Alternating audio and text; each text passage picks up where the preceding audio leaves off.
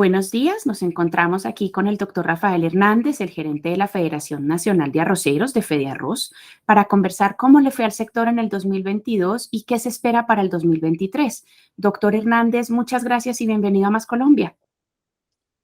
Muchas gracias, muy buenos días a todos. Bueno, pues yo diría que el año 2022 ha sido un año favorable para los productores. Es un año en que no solamente hubo buenos rendimientos en la cosecha, sino buenos precios. Este año 2022, el precio del arroz ha tenido el mejor precio de la historia, lo que ha servido para que los agricultores recuperen lo perdido en el desastre del 2021 con los precios donde mucho agricultor perdió mucho dinero, inclusive hay algunos que llegaron hasta el extremo de la quiebra. Este ha sido un año bueno, ha sido un año favorable para los productores y para el país porque ha habido una buena cosecha. Bueno, esas son buenas noticias para el sector. Miremos ahora algunos temas importantes para los arroceros. Empecemos por las importaciones. ¿Cómo se comportaron las importaciones en 2022 frente a 2021 e incluso 2020? Bueno, con respecto al 2021, hubo un aumento. El año 2021 fue el año que menos importaciones ha habido en el país porque precisamente la producción de Colombia fue suficiente. Abastecimos el país con el arroz nacional. Entonces estaba más barato el precio de Colombia que importarlo. Entonces las importaciones, las subastas prácticamente no se realizaron. Un poco más de 100.000 toneladas no llegaron, sino 9.500. Con respecto al año 2020, hubo una reducción del 24% de las importaciones. Yo creo que en las situaciones que está Colombia, como hemos venido mejorando la competitividad, Colombia no necesita importar arroz. Nosotros somos capaces de autoabastecer el país, de abastecerlo suficientemente con el arroz que se produce en Colombia. Está claro, lo hemos hecho. Ahora cuando en plena pandemia abastecimos el país de arroz, no había necesidad de importar, pero estos tratados de libre comercio prácticamente obligan a hacerlo. El arroz hay que someterlo a subastas.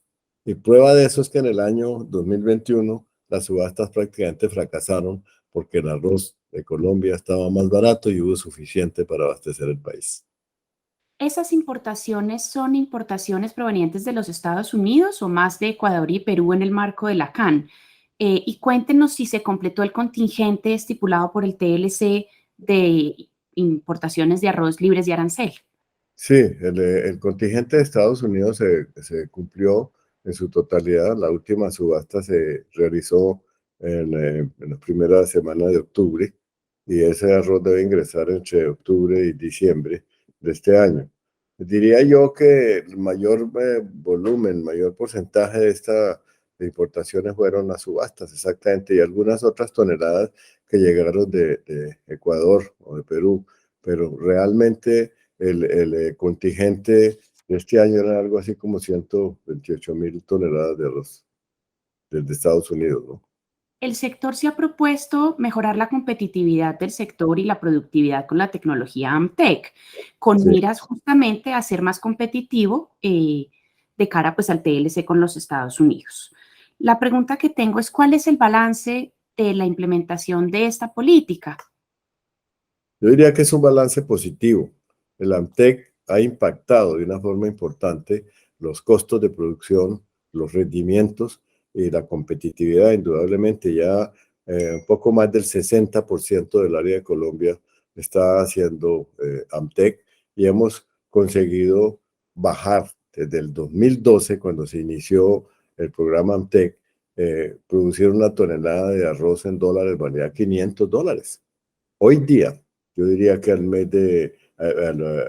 año pasado, el 2021, ya teníamos pues, los costos de producción en dólares en $311, cuando el costo hoy día de una tonelada de arroz de Estados Unidos está por encima, estaba en 313. Y si miramos a hoy, traer una tonelada de arroz de Estados Unidos vale alrededor de $400. Claro, que ha tenido un efecto negativo para Estados Unidos, que ha sido la devaluación, ¿no? Que no favorece para nada las importaciones. Pero la realidad es que sí hemos reducido. Y el que logre producir una tonelada ya por debajo de $300 es perfectamente competitivo y podríamos llegar en unos par de años o 3 años a ser exportadores. Bueno, hablamos de que el 60% del área arrocera en Colombia ya adoptó la tecnología AMTEC. ¿Esa área corresponde a qué perfil de productores y por el contrario, qué perfil de productores no ha logrado todavía implementar esta tecnología? A ver, yo creo que el agricultor eh, mediano, el que está entre 50 y 100 hectáreas, ha logrado entrar, y también los empresarios de más de 100 hectáreas. Eh, Inclusive hasta los pequeños. Es que el pequeño agricultor en Colombia es un agricultor eficiente, porque siembra poca área, la atiende él mismo, ¿no? Y la federación ha suministrado los equipos para el caso de que los pequeños que no tengan maquinaria, la federación les hace la adecuación de sus lotes para entrar en la APTEC. Yo diría que el perfil del agricultor es aquel que quiere progresar, aquel que quiere innovar, aquel que cree en la tecnología. Entonces, pues yo creo que con el tiempo, desde el año 2012 ahora, ya hay conciencia entre los productores de que si no son competitivos no van a poder seguir en los próximos años cuando termine la desgravación del arancel con Estados Unidos. Claro, podríamos decir entonces que en un escenario de un poco de revaluación del peso, los productores de arroz podrían ser competitivos con las importaciones provenientes de los Estados Unidos y de la CAN, de Ecuador y de Perú. Sí, es que las importaciones en este momento de Estados Unidos y especialmente de Ecuador, que está dolarizado, pues no los favorece para nada. Los costos en Estados Unidos han subido.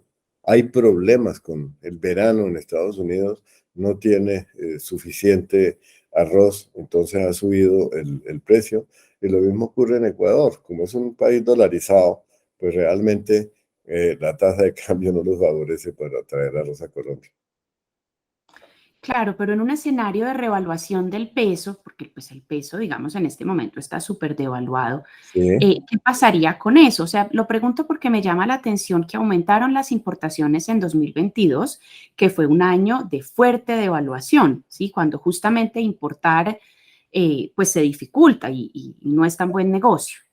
Pues precisamente en ese momento es donde sale a reducir la ventaja de estar en el AMTEC, porque ¿qué es lo que buscamos con el AMTEC? Reducir los costos de producción, aumentar los rendimientos entre 1 y 12 toneladas y lógicamente bajar el uso de pesticidas, el uso de los fertilizantes, el uso de semilla y el uso del agua. Entonces, pues esa revaluación en un momento dado se compensa con las ventajas que tiene estar dentro del programa AMTEC. Perfecto. Bueno, hablando de fertilizantes, buena parte de los fertilizantes son importados y se han visto pues afectados los precios con la devaluación del peso, con la crisis logística, con la inflación mundial, etcétera. ¿Cómo impactó esta situación, digamos, al sector arrocero? Pues de una forma negativa, porque el arroz es un producto, es un cultivo intensivo en el uso de fertilizantes, especialmente de los nitrogenados, de la urea, que fue la que más subió. Esa tuvo incremento hasta el 300% en un momento dado.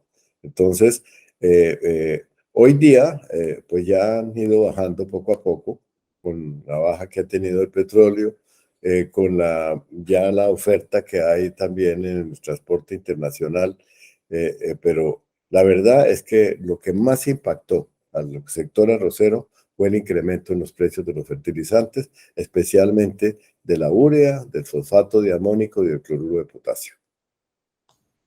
Ya. Y en lo que tiene que ver con el fenómeno de la niña, que ya está por tercer año consecutivo haciendo estragos en Colombia, ¿qué pasó con el sector? Estoy pensando, por ejemplo, en la zona de La Mojana.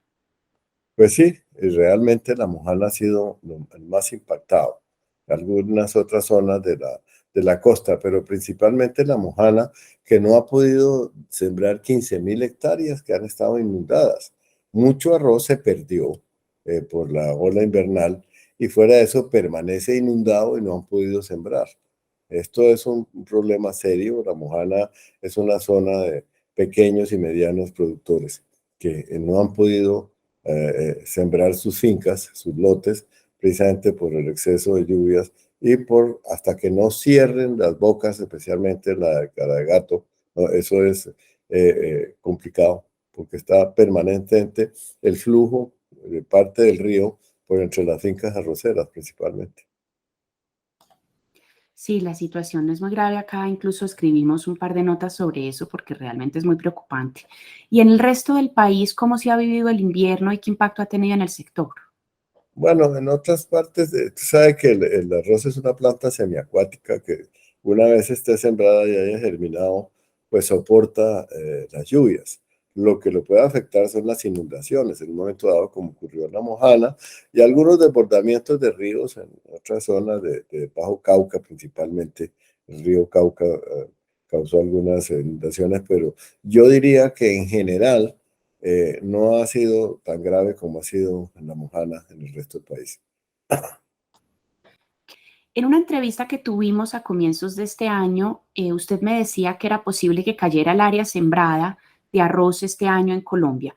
¿Eso efectivamente sucedió o el sector logró mantener sus siembras? ¿No? El área bajó de 392.000 hectáreas que se sembraron en el primer semestre del año pasado a 357.000 este año, o sea que hubo una reducción de 35.000 hectáreas.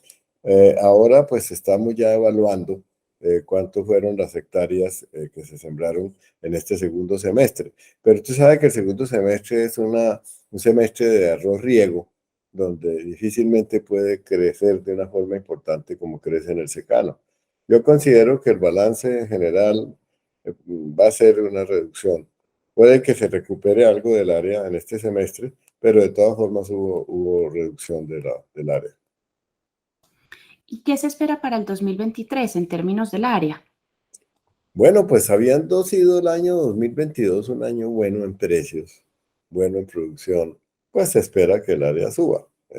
Ojalá no se vaya a desbordar el área de Colombia, porque siempre que el área se desborda la producción. El arroz en Colombia, especialmente en los llanos orientales y en La Mojana, que son zonas donde se siembra secano, hay una estacionalidad muy marcada del cultivo. Entonces eso significa que las siembras tienen que darse en el mes de abril y parte de mayo. Y la recolección total se tiene que dar entre agosto y septiembre. Entonces hay una congestión y una sobreoferta temporal que afecta el precio. Entonces, pues, aunque ha mejorado muchísimo, especialmente en el Casanare y en el Meta, eh, la, la, las zonas no, sino las empresas que compran arroz, los molinos, han ampliado sus capacidades de secamiento y almacenamiento y ya no es tan grave la congestión. Pero de todas formas se genera sobreoferta y cuando hay sobreoferta se afecta el precio. Entonces, ojalá las siembras de este semestre, perdón, del primer semestre del año entrante, no se vayan a desbordar. Aunque el país puede necesitar el arroz en un momento dado, pero yo creo que un área similar a la de este año sería ideal. Estaría bien. Bueno, y pensemos ahora en la mano de obra. En los últimos meses se ha discutido mucho la presunción de los costos laborales en distintos cultivos, por ejemplo, en el café y en el arroz. Eso Sí. finalmente entiendo que no quedó en la reforma tributaria y yo quisiera saber cuáles son las perspectivas del gremio sobre este tema para 2023. Bueno, pues es que sí, los agricultores han estado reclamando, ¿no? De, de- de la presunción de los costos de producción. Yo diría que Eh, la recomendación que haría yo a los agricultores, especialmente a los pequeños, es que se acojan al régimen simple de tributación, que le daría las posibilidades de tener más juego, más amplitud en cuanto a los costos de producción, porque si no quedó en la reforma tributaria ya no se dio y realmente la aspiración que se tenía pues se quedó en veremos porque no se realizó. en la reforma tributaria. Entonces, la recomendación es que se acojan al régimen simplificado. Bueno, y de acogerse al régimen simplificado, ¿qué pasa con esos costos? ¿Cómo funciona el tema? Pues es que tienen, eso es, creo que es el 1.8 ¿cómo se llama? De tributación, que eso llevaría a que tengan mayor juego en cuanto a los costos de producción. Entonces, por eso es esa recomendación, porque si no se hace así, pues definitivamente van a tener que seguir con lo anterior. Lo anterior ha sido pues de que tienen eh, hasta el 70% para el tema de los parafiscales. Se paga únicamente sobre el 30%. Perfecto. Bueno, el TLC con los Estados Unidos contempla un aumento anual del contingente de arroz que puede entrar proveniente de ese país con cero arancel. ¿Qué viene para 2023? ¿En qué punto de la desgravación estamos? Pues mire, estamos ya este año en el 49.2% de arancel y el año entrante va a ser 6 puntos porcentuales menos, o sea que estaríamos como 43% o algo así, ¿no? Y va disminuyendo y en el año 2030 ya estaríamos en cero. Por eso el afán nuestro de que se haga la, la, la aplicación del AMTEC, que se acojan todos a este sistema para poder bajar los costos y sobre todo que ya nos quedan, diría yo, 2 o 3 años en que tengamos una relativa protección todavía con el arancel. Ya en el año 2026, 2027 ya estamos en un arancel del 20 y pico por ciento, que ya prácticamente la protección sería mínima. Y ahí eso se tiene que compensar con menores costos, mayores rendimientos y una mayor competitividad, lógicamente, de los productores. Bueno, ¿cuáles son las perspectivas ahora sí para 2023 para el sector arrocero? Pues las perspectivas deben ser buenas, pero también depende mucho del comportamiento de las áreas y de la oferta. También, ¿qué va a pasar con la tasa de cambio? Porque la tasa de cambio no favorece para nada las importaciones, pero no se sabe qué va a pasar. Y yo diría que la recomendación que yo haría, como le dije anteriormente para el año 2023, es que sea un área similar a la de este año.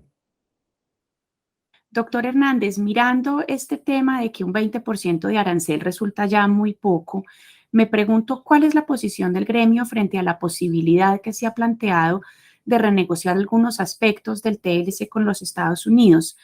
¿Sería conveniente mirar el caso específico del arroz? Pues mire, el Tratado de Libre Comercio con Estados Unidos sí tiene desventajas para el sector. Usted sabe que el sector agropecuario, especialmente de los granos, el arroz y el maíz y todo esto, ha sido los menos favorecidos con el Tratado de Libre Comercio.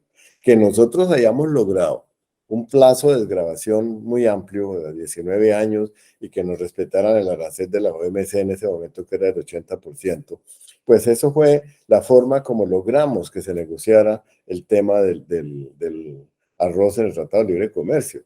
Pero eso no quiere decir que eso sea favorable, ¿no? Nunca ha sido favorable un tratado de libre comercio para el sector agropecuario y mucho menos para el sector de los granos. Entonces, pues, si se pudiera revisar algo de eso, pues sería bueno, porque es que la ventaja la tiene siempre el más grande, y en este caso Estados Unidos. Que hayamos logrado negociar mejor de lo que se negociaron algunos otros productos, eso es cierto, pero se termina en el 2030 y nos pueden traer la cantidad de arroz que quieran, cero arancel. El problema, ¿dónde está? No es exactamente si ellos exportaran acorde con sus costos de producción y todo, yo diríamos que estaríamos como a la par o con alguna ventaja. Pero usted sabe que los productores norteamericanos están favorecidos por unos subsidios, que en un momento dado, cuando Estados Unidos se dé cuenta, aunque eso está prohibido por la OMC, los subsidios a las exportaciones, pues lo dan camuflado con otro, por ejemplo, protección al medio ambiente y otras cosas que les compensan, es un equivalente a un subsidio. Por eso yo pienso que de todas formas, el tema de los granos en el Tratado de Libre Comercio no nos favorece mucho, mucho menos hacia el futuro, porque aunque estamos logrando la competitividad, falta ver cuál va a ser la respuesta. Cuando seamos competitivos, si van a darle ayudas y apoyos y subsidios a los exportadores en Estados Unidos. Ahora, hay otro tema que yo pienso que se debe revisar, que es el Tratado de Libre Comercio de la CAN, porque eso se hizo en los años 60, donde la ventaja comparativa la tenía Colombia. Hoy día la tiene Perú especialmente y algo de Ecuador. Eso se debe revisar indudablemente, porque hoy a la situación que tiene el arroz en Colombia frente a otros dos países, pues yo creo que el tratado se vuelve inequitativo para Colombia porque no es de doble vía y los tratados de libre comercio deben ser de doble vía. Perú y Ecuador pueden mandarnos el arroz que quieran, pero nosotros no nos podemos, que no tenemos admisibilidad en estos dos países. ¿Por qué no tenemos admisibilidad y qué podría hacer el Estado colombiano en ese sentido? Mire, no tenemos la admisibilidad porque cuando se negoció, ¿no? Los menos favorecidos, los menos desarrollados eran ellos. Pero en el caso del Perú, el Perú ha hecho grandes inversiones en el sector agropecuario, ha hecho distritos de riego, ha favorecido la producción de arroz y algo ocurre también en el Ecuador. Entonces, pues ya no necesitan ellos esas ventajas que se le dieron en esa época por ser los menos desarrollados. Hoy día tienen desarrollo superior a Colombia, en el caso de la infraestructura, porque en investigación y en tecnología nosotros tenemos una oferta tecnológica muy amplia, muy buena, pero si no hay dónde aplicarla, entonces eso es su problema. Entonces aquí hay que mejorar la infraestructura, no se ha vuelto a hacer ningún distrito de riegos y las vías terciarias, al mismo cuento que hemos pedido todo el sector agropecuario, la ganadería, la agricultura en general, el campo, que se le pare bolas, se le invierta, que haya inversión pública para mejorar. Eso es parte de la competitividad, no solamente la tecnología la que da la competitividad. Claro que sí, esos son temas importantes para el costo país. En ese tema de la infraestructura, particularmente para el campo colombiano, ¿cuáles son las perspectivas para el año entrante? Pues mire, eso depende de la intención que tenga el gobierno de invertirle al campo, de hacer inversión pública. El invierno ha tenido un efecto muy negativo, se han destruido vías. Yo creo que parte de la plata que debía irse a construir vías terciarias se ha ido tapando remiendos causados por el invierno. Espero que el año entrante se vea inversión en el campo, porque mire, hay muchas zonas en Colombia que pueden ser productoras grandes de alimentos, pero no tienen la posibilidad de sacar sus productos al mercado y hay zonas donde vale más sacarlo que producirlo. Entonces, yo creo que todo depende de la inversión que el gobierno le haga a la ruralidad en Colombia. Perfecto. Doctor Hernández, pues muchas gracias por acompañarnos y esperamos tenerlo de vuelta próximamente. Muchas gracias, muy amable. Que estés Muchas bien. gracias. Hasta luego.